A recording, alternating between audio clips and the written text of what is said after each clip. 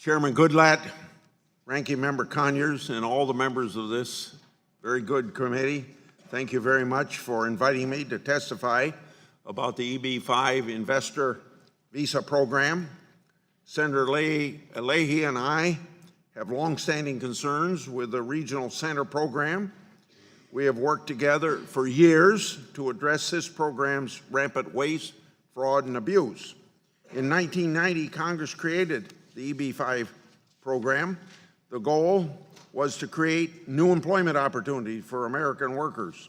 A mere 2 years later, Congress established a pilot program which allowed investors to pool their investments in regional centers. The theory was simple. By allocating investors to pool their funds, greater investment would occur and jobs for American workers would flourish.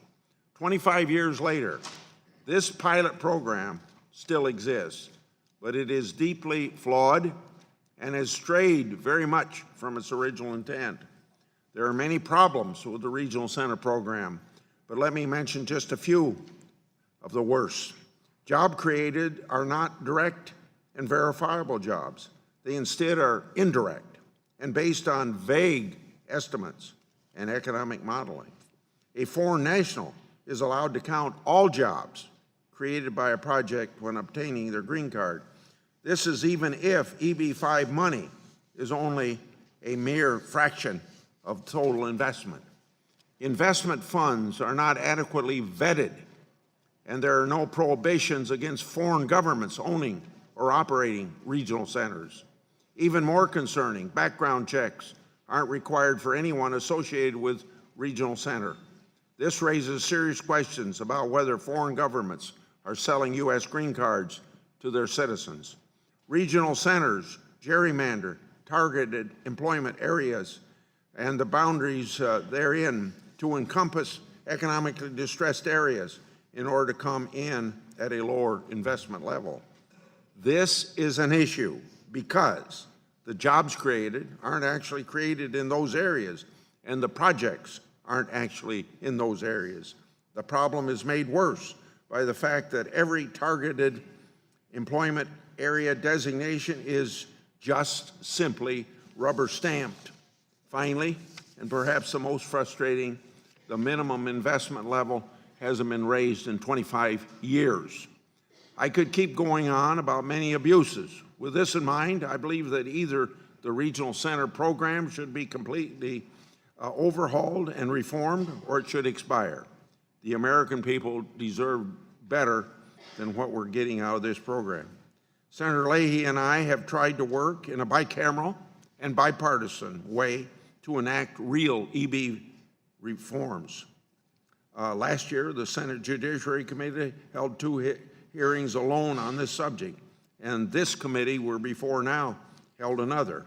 We heard from local leaders, an association representing workers in regional centers. We listened to the academics and government officials. We received feedback from many industries as well as immigration and security attorneys. After painstakingly negotiations and concessions by almost every stakeholder, some of us more than others, we reached consensus and would reauthorize that program for 6 years. Unfortunately, this wasn't acceptable to all parties. Instead of addressing the program's waste, fraud, and abuse, Congress merely reauthorized, as you know. Nothing better supports the need for serious reform than the work that Chairman Chavez and I have done to draw attention to the program's very real national concerns. We have sent several letters and conducted transcribed interviews with key players of an interagency working group to assess just how rampant fraud and abuse are in the program. This working group made several recommendations, the most compelling of which was to sunset the regional center model due to crippling fraud, national security vulnerabilities. I also want to take a moment to address the reforms proposed by the Obama administration. Earlier this year, former Home Secretary Johnson, Homeland Security Secretary Johnson, published proposed rule changes to the regional center, the program that would stop gerrymandering and increase investment levels. I strongly support these changes. They are a vital first step, but just a first step to returning the program to its original intent, creating new employment for American workers and infusing capital into the distressed or rural areas. When I met Secretary Kelly before his confirmation, I emphasized the importance of those rules, and he seemed favorable to them. I want to continue working with my colleagues of both chambers and both parties to reform the program. I look forward especially to working with you, Chairman Goodlatte, and Ranking Member Conyers, and hopefully the Trump administration in coming months on legislation that is serious and substantial. Thank you for receiving my testimony.